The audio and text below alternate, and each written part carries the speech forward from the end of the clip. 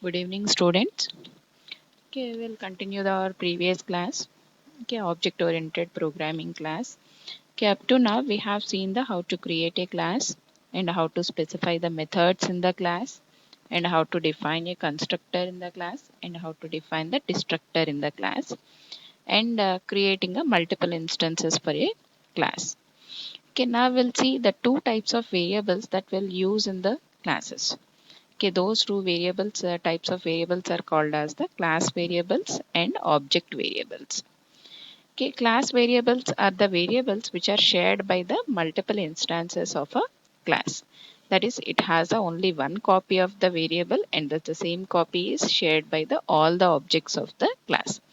That is, say for example, if a class is there and we have created a variable in the class level, that is without writing in the constructors and other methods. Say if you are creating any variable at the starting of the class, okay, that variable can be called as a class variable, and these variables are shared by the multiple objects of the class. Okay, for that we need to access the variable with the class name. Okay, then we can access the variable by the different objects. Okay, so the object variable is the variable, okay, which is called as an instance variable, and these variables are different for different objects. So whenever you are creating a object for a class, you can specify the different values for the object variables, and it all these all variables are also created as the different copies for the different objects. For each and every copy, you have a one set of object variables. Okay, we'll see the example for this. The class is the account. Okay, here we have a variable counter variable which is created as a class variable at the class level. Okay, so it is not belongs to any of the objects of the class. Okay, if you want to make this variable as a class variable, then we need to access this variable with the class name. Okay, then the variable is treated as a class variable. Okay, so now we have defined a constructor as a init. Okay, init constructor, it has a parameters as self parameter, holder, number parameter, balance, and credit line is a default argument parameter. And I'm incrementing a account counter plus equals to 1. That is, this counter value is incremented by 1. That is, whenever the constructor is invoked, then it increments the counter variable by 1. Can we are assigning these all parameter values to the our class variables, sorry, our instance variables. Okay, these all are the our instance variables. Okay, what type of access is specified for these variables? Observe the variable. Okay, variable has preceded by two underscore symbols, that is nothing but these all variables are the private variables. Okay, so here we are creating the private variables in the class. Okay, the four variables are there as the private variables, and these all four parameter values are assigned to the private variables. Okay, now in the destructor, okay, this is the destructor del, and within that we are decrementing the counter value by 1. Okay, so that the counter value is decremented whenever you destroy the object, and counter value is incremented whenever you construct the object. For every creation of an object, the counter variable is incremented. For every destroying of the object, counter variable is decremented. So this is the our class variable. Okay, this is the class variable, and these are the instance variables. Okay, or called as the object variables. Object variables or instance variables. Okay, next, see the execution of this. Okay, now we are creating a object for the class and we are calling the class. Okay, first we are accessing the variable, the counter variable of the class account.counter. Initially the value is 0. Now we are creating a one object as the A1, okay, equal to account of account holder name, number of the accounter, and remaining values. Okay, now whenever you see the counter value of the account, you'll get the value as 1. That is, whenever the object is created for a account class, okay, then the counter variable is incremented so that you will get the 1. Now we are creating a one more object A2, okay, with the required values. Okay, now whenever you check the account dot counter value, then it is incremented to the 2. Okay, that is nothing but second object is created, and again it calls the constructor of the second object. Okay, so that it increments the value by 1, so it is 2. Now we are creating another variable, okay, A3 equals to A2. Okay, this is actually called as uh, cop copying the object of a object to the another variable, and here A3 is created as a reference variable. Okay, A3 is not a new variable, it is created as a reference variable, so that for the same A2 object, okay, A2 is already created in the memory. For the same A2 object, we have another name as A3. So it doesn't be created as a new variable, it is created as another name for the same A2 variable. Okay, so at this time it doesn't calls the constructor because it is not created, it is just assigned the name to the another variable. So now you have our counter value as same as previous value 2, and we are creating another object A4 with the required values. The counter value is incremented to 3. Now we are destroying the objects. Delete A4, counter value is decremented to 2, and delete A3, counter value is decremented to 2. Okay, because A3 is not a object, it is only a reference. So you have the same value of the counter. And delete the A2, counter value is decremented by 1, so 1. Again, whenever you delete the A1 object, the counter value is decremented to 0. So these are the values, these are the different variables which we can create within the classes. So whatever the variable which is to be shared by the different instances or objects, those you can create as the class variables. And whatever the values which you want to differ by instance to instance, those you can create as the instance variables. Okay, next. Next we'll see the next feature of the object-oriented programming.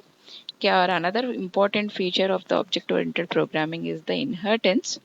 Okay, inheritance is in general we can call it as the getting a properties of the existing object to the new one. Okay, or we can call it as the without modifying the existing one. If you want to extend the existing object, if you want to extend the existing uh, thing, then you can use the inheritance. Okay, this is generally used within the real life. Parent from the parents, childs are inheriting the properties like characteristics, color, surname, and we have different other properties and behavioral things, okay, that are inherited from the parents. Okay, as in the same way, okay, we can use the inheritance in the programming, okay, where without changing the existing classes or existing code of the program, we can create the new classes, we can add the new features. Okay, this is generally called as code reusability of the programming.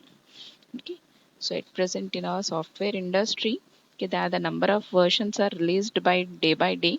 Okay, every day one version is releasing, that is nothing but, okay, existing version has some features, like the existing version is 1.0, it has some features. Okay, the same features are derived to the new one. Okay, we will create a new version as 2.0. Okay, then the 2.0 version has the same features which are derived from the 1.0, and it also has some new features within the version 2.0. That is, without creating the all existing features, we can derive the existing features from the existing version, and we can create the new version with the new features. Okay, okay, this we will call it as the actually the inheritance. Okay, and this inheritance example, the small example as like this. Okay, there is a counter class, okay, which is already existing class counter. Okay, the counter has, that is within the bank there is a counter, and the counter can be accessed by the different members like a accountant, account holder, or a member, and an employee. Okay, normal employee. Okay, this counter is accessed by these all members. Okay, whatever the data which is there in the counter class, the same data is required for the account and also for the member and also for the employee. And additionally, they have the different features in the account, they have different features in the member, they have different features for the employee. Okay, so they all shares the common features from the counter, and also they have the different features their own in their classes. Okay, so the existing class is called as a parent class or a base class. That is, counter is a base class or a parent class, and the new class which is created from the existing class is called as a derived class or child class. So in this case, counter is a base class, and account and member and employee are the child classes or derived classes. Okay, so now we'll see how to create these all with the Python, and we'll also see the what are the different types of inheritances we have to create the different types of programs. Okay, next, the types of inheritance. Okay, there are the four types of inheritances we have. Okay, the first one is called as a single inheritance.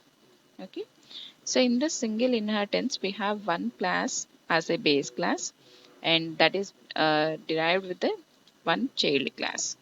Okay, that is only one child class is there and only one base class. Okay, that type of inheritance is called as a single inheritance. Okay, class A and class B. Class B is derived from the A class. Okay, whenever you are showing a inheritance, we will draw the arrow in the upward direction because the child class is derived from the base class. So we'll show the base class. Okay, so from the child we will draw the arrow to the base so that the child is derived from the base. Okay, the second in type of inheritance is multi-level inheritance. Okay, within that we have a each and every multiple levels are there, and each and every level has the one base class and one child class. Okay, this is the one level and this is the second level. Okay, like this we can have the n number of levels, but each level has one base class and one child class. Again, for the second level, class B is the base class, class C is the child class. Okay, so third type of inheritance is hierarchical inheritance. Okay, this inheritance has one base class, but we can have multiple child classes. Okay, so here the class A is the base class, and we have two derived classes, class B and class C. Okay, two derived classes. Okay, next. Okay, the fourth type of inheritance is multiple inheritance. Okay, here it has two base classes, that is more than one base classes we can have, and there is only one child class. Okay, so multiple base classes are used by the single child class. Okay, that we will call it as multiple inheritance. Okay, so this class C is derived from class A and class B, so it can derive all the features of class A and all the features of class B. Okay, these are the four types of inheritances we have. Okay, these four inheritances we can use in our programming based on our requirement of a program. Okay, either we can use a single inheritance or we can use multi-level or hierarchical or multiple inheritances. Okay, so we'll see how again the explanation of these four inheritances. Single level inheritance. Okay, there is a one derived class to inherit the characteristics from the one single parent class. It has only one level, one derived class and one parent class. Multi-level, it has the multiple levels of inheritance. It inherits the properties from his parent class, that is immediate parent class, and also from the super parent class it can inherit the features. Hierarchical inheritance, it can have more than one child classes, more than one derived classes, and has only one base class. Okay. Multiple inheritance, it has one derived class, it can have more than one base classes. Okay, next we'll see the program for this inheritance. Sorry, single inheritance. Here we have employee one is the base class, and here we have a one constructor. part-time is the child class. Within the brackets, we'll mention the base class name. Okay, check the example.